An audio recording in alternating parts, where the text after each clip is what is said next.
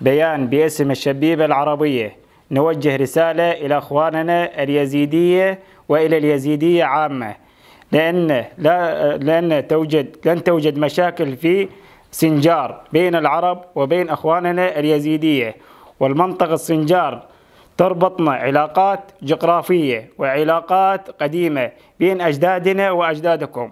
ونوجه رسالة إلى أخواننا اليزيدية الشباب المثقفين عليهم بالالتزام بيننا وبينكم من دور أجدادنا وأجدادكم.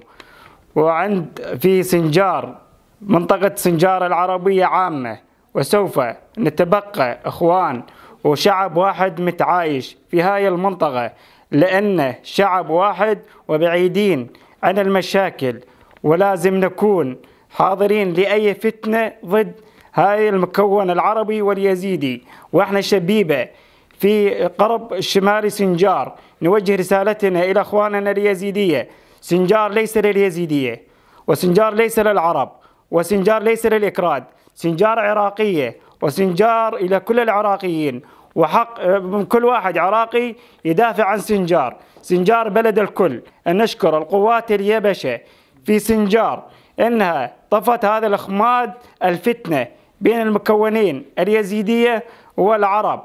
وعلى أخواننا اليزيدية لازم نكون ضد كل واحد يساهم بهاي الفتنة، إنه كان مدسوسا أو غير مدسوسا من غير جهات أخرى.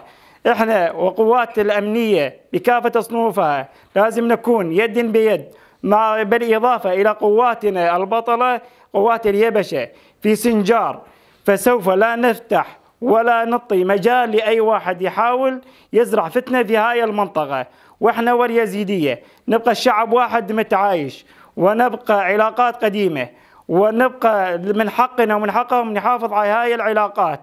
ونشكر القوات الأمنية بكافة صنوفها، والإضافة لقوات اليبشة في إخمادها الفتنة في سنجار.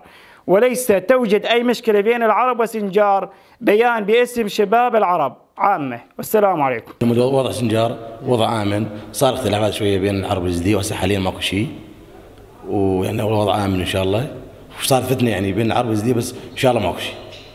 وفادوني أكثر شيء هسه على القوات اليبشة فعل فادتنا يعني. سوى عمود كان اختلافات، ما ادري عمود شرط الجامع ما جامع، بس ان شاء الله ماكو شيء. سوى عمود شرط الجامع اكثر شيء، العرب شوي كشت عمود الجامع، بس حاليا ماكو شيء الحمد لله ماكو شيء. علاقات حيل زينه بين العرب واليزيدية، هسه حاليا ماكو اي شيء، نروح نجي نروح عندهم ويجون عندنا ماكو شيء. علاقات قويه حيل زينه. اليزيدية حيل يعني زينين مع العرب، حيل زينين ماكو شيء. اول صار اختلافات قديم، بس شوي اليزيدية تراجعوا، والعرب هم يعرفون بعض، كل الناس لا نتعايش ببعض يعني. داعش سوى فتنه كبيره بين العرب واليزيدية. والله كنا احنا وياهم يعني نروح لبعض ونجي. داعش سوى فتنه دمر العرب، دمر مو بس اليزيدية، دمر حتى العرب. هسه حاليا الحمد لله ماكو شيء، وضع زين، ناس تروح تجي لبعض، وضع آمن والحمد لله.